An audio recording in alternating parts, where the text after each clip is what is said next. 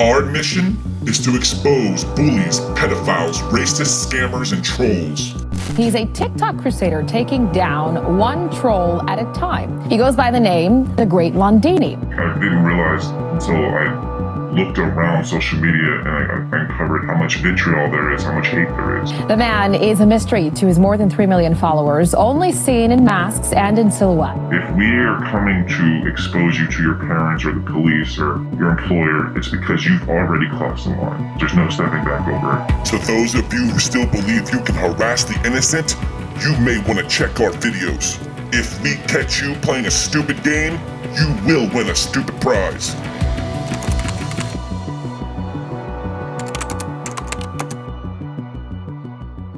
I'm Leo. I founded the Great Londini movement to hunt down bullies, pedophiles, racists, scammers, and trolls, and to make the online community safer. Internet trolls or keyboard warriors have long been a problem on social media, but a former Marine on TikTok is determined to be their worst nightmare. The Great Londini says he can expose the identity of almost any cyberbully. He does it with the help of 20 of the top cybersecurity experts in the world. One of my most viral videos was of a man who told a police officer to end his own life. I mean, I don't like criminals, doesn't mean I'm gonna go wish death upon them. And I went to find out who it was, and it was a lawyer or somebody who had just passed the bar. Would you hire a lawyer that made this comment about a police officer? Neither would we. So what should be done about it? I always think of the issue as an issue amongst mostly adolescent children who are just immature. I didn't understand how somebody so educated would say something so disgusting. If we know that it's somebody who's underage, the major goal, really the only goal, is finding their parents. If we can't find their parents for whatever reason, but we do know the general vicinity of where they live, we'll contact the school district or the school principal and we'll let them see the information that we have. This comment is unacceptable. The child that made it was counting on remaining anonymous. But not with us around. We emailed his parents and school principal. We do know that some children have been expelled from the school because of some of the things they've said and done online. About 40% of the time we'll get a response back. And the majority of the responses that we get back are, I didn't know, very apologetic. So I would say a good 50-60% is all, apologetic and thankful, and the other, 40% is it's more what you would expect from somebody who raised a child that would be acting that way. Our mission is to educate people about everything you say and do on the internet. You may not think it has any consequences or any adverse effects, but it does, and people are taking their lives. We're trying to do that in the best way humanly possible without violating any guidelines. Of course, TikTok keeps moving the target. We were banned 9 times. This recent account that I'm on right now, I've had it for a little under 3 months. If you add up all the followers we've had, we're a little bit over 11 million followers so far.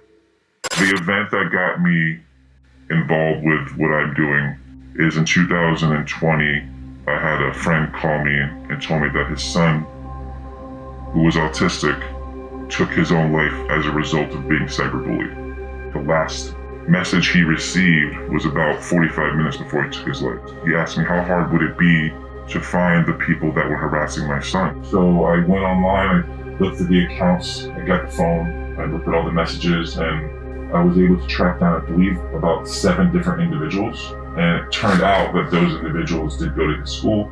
I found the parents of the kids and I gave that information to him. And for him, even though he only got responses, I believe, from 2 of the parents, he feels like it gave him some closure. It made me feel like, if I can do something, I have to do something. I have to try to help more fathers who are suffering like my friends. I'm the person that doesn't want you to come home to your child and discover that they took their own life because of online bullying. If that makes me a vigilante, then so be it.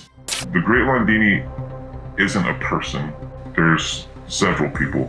We had 20 people when I started, and now we have a lot more. I've been in the cybersecurity industry for over 20 years.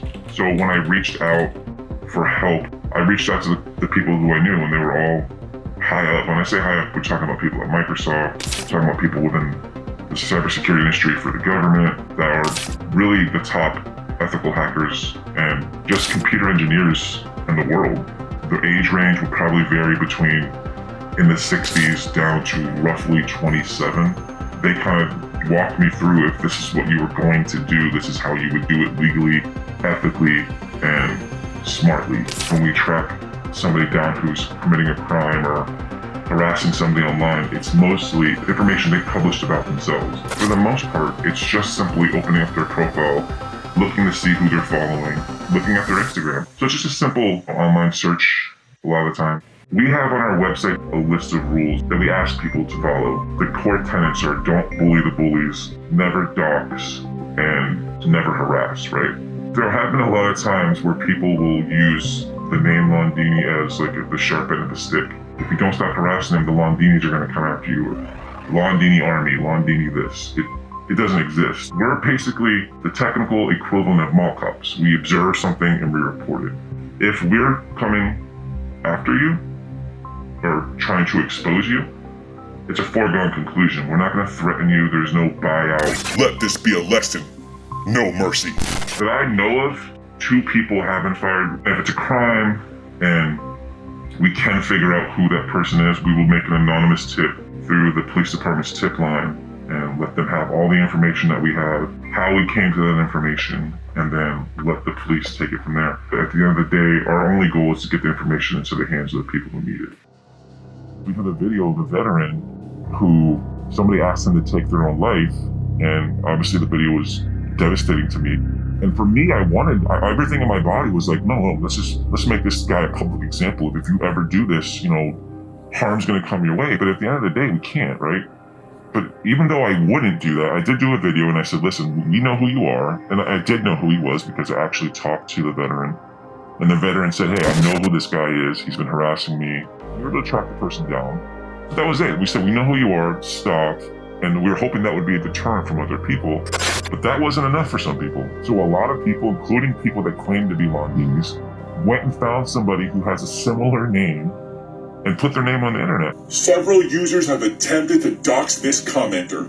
This resulted in an innocent man being harassed. This is the reason why we never post private information publicly. His job was threatened, his life was threatened. So I had to go onto the account again and make another video saying, you're not the judge, you're not the jury, you're not the executioner. You have to let the people responsible handle these things and stop presenting things as facts, because you're going to get people either fired, hurt, or killed.